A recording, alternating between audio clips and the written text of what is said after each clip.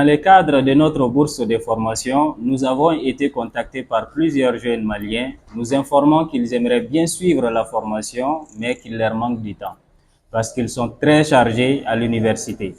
Il y en a parmi eux qui commencent les cours de 8h jusqu'à 18h et d'autres de 8h jusqu'à 20h. Donc, pour apprendre quoi au final?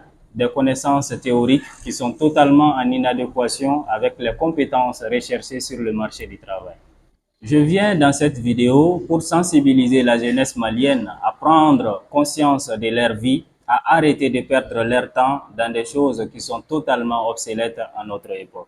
Je prends par exemple le cas de l'école. On nous a menti en inculquant dans notre esprit depuis l'enfance que pour réussir, il faut forcément partir à l'école, travailler, dire, avoir de bonnes notes. Ainsi, après les études, on obtient un bon emploi bien rémunéré. On nous a appris également que pour réussir, il faut forcément être très intelligent et beaucoup d'autres choses comme cela. En réalité, toutes ces informations sont fausses. La seule chose que peut enseigner l'école, c'est de nous apprendre à lire, écrire et à parler des langues. Pour preuve, premièrement, l'école nous fait perdre notre temps en nous enseignant des connaissances qui sont purement théoriques et en inadéquation avec ce qui est recherché sur le marché du travail. C'est pourquoi vous êtes obligé, après votre cycle de formation, d'aller dans la vraie vie et faire ce qu'on appelle les stages, afin d'acquérir des vraies connaissances pratiques que vous pourrez monétiser dans la vraie vie. C'est pourquoi j'ai toujours dit qu'il y a l'école de la vie et il y a la vie de l'école. Donc, il est très important et nécessaire à ce que nous venons actuellement vers l'école de la vie afin d'acquérir les connaissances pratiques qui nous serviront tout au long de notre vie. Deuxièmement, Thomas A. Edison n'a fait que 3 mois d'école, mais cela ne l'a pas empêché de réussir sa vie et d'inventer l'une des choses la plus indispensable à notre époque, qui est l'ampoule.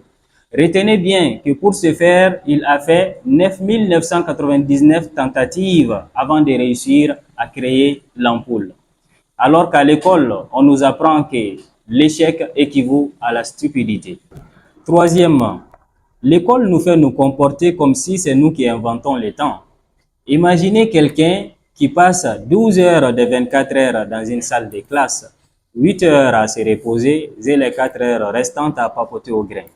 Et quelqu'un qui passe 8 heures à se reposer et le reste de 24 heures à s'auto-éduquer en lisant des livres écrits par les plus grands du monde, en se formant, en faisant des recherches sur comment atteindre ses objectifs et laisser de vraies traces sur cette terre. Vont-ils avoir la même vie? Vont-ils laisser les mêmes traces de leur passage sur cette terre? Bien évidemment que non. Le premier exemple, la première personne va vivre une vie sans laisser de traces. Par contre, la seconde personne, le second exemple, va laisser les traces de son passage sur cette terre et des prouesses qui vont profiter la génération future. Il est grand temps que nous arrêtons de réfléchir ainsi et de dire stop à cette mauvaise philosophie qui a été implantée dans notre esprit depuis trop longtemps, afin de bâtir ensemble un avenir meilleur pour nos jeunes frères, sœurs, ainsi que pour la génération future. Ce n'est que de cette manière-là que nous pouvons développer le continent africain.